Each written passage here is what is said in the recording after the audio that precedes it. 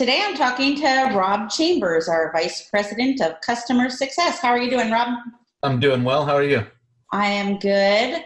I know you have been talking to schools kind of all day, every day since these closures began. What are you hearing from schools right now?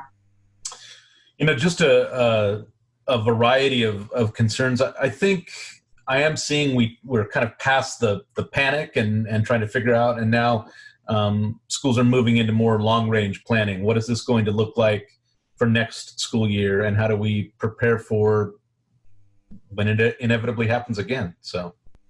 And how do they prepare? Thinking about the schools you've talked to who maybe had an easier transition, what are some of the keys to that?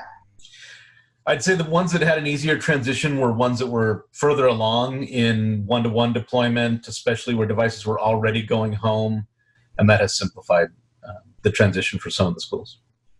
What about a question of kind of cloud-based infrastructure and technology solutions versus, appliances on networks? What's that looking like?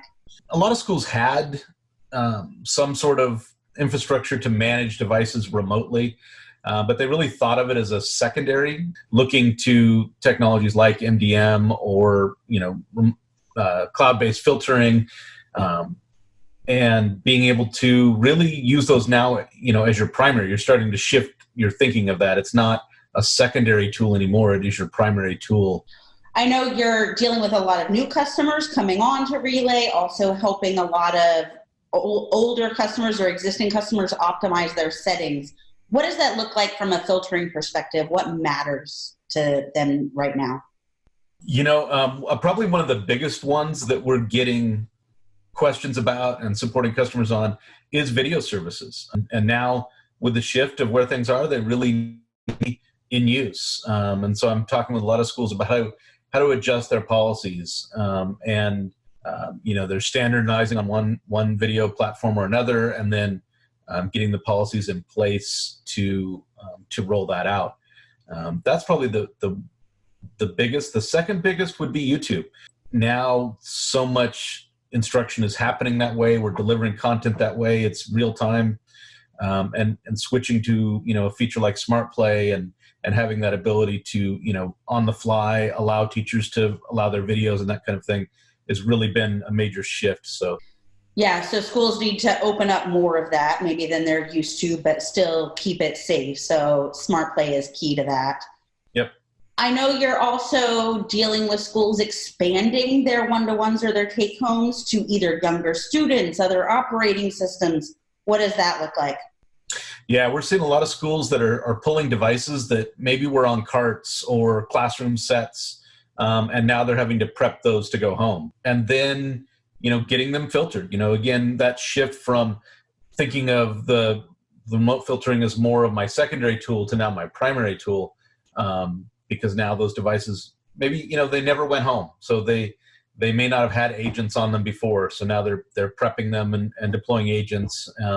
Now everybody's thinking about, we've got to be completely cloud-based, and you can't assume the devices are going to show up on campus anymore. I know for a lot of schools, then the biggest challenge just becomes equity of connectivity and making sure all students are able to connect and get access to all of these resources. How are you working with schools on that? There's a lot of different strategies going on in classrooms. I mean, I know of school districts that are parking buses in neighborhoods and to give students, a central hub for Wi-Fi access, or deploying, cellular hotspots to the home and all of that. But as you look towards a longer term strategy, that internet access has to be filtered in order to maintain CIPA compliance and all of that. So, it's all having to come together. And again, it kind of ties back into that. It's got to be cloud-based, because those hotspots are not designed to be at the school. They're designed to be at the home. And then it's Mental Health Awareness Month right now. What are you seeing with Safety Check and with keeping an eye on students' emotional mental well-being?